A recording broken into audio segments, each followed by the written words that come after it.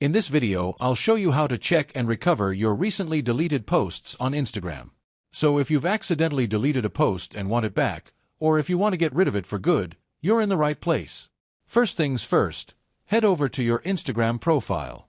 Tap those three lines at the top right corner and choose Your Activity. Scroll down a bit and select Recently Deleted. By default, it'll show your posts.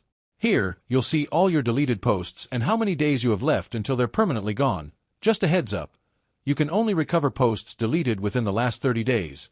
After that, they're gone for good. Find the post you want to recover and tap on it. Then hit the three dots in the upper right corner.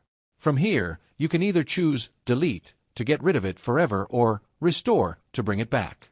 Tap Restore and then tap Restore again to confirm.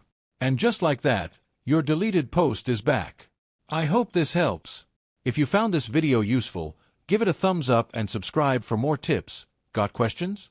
Drop them in the comments below. Thanks for watching.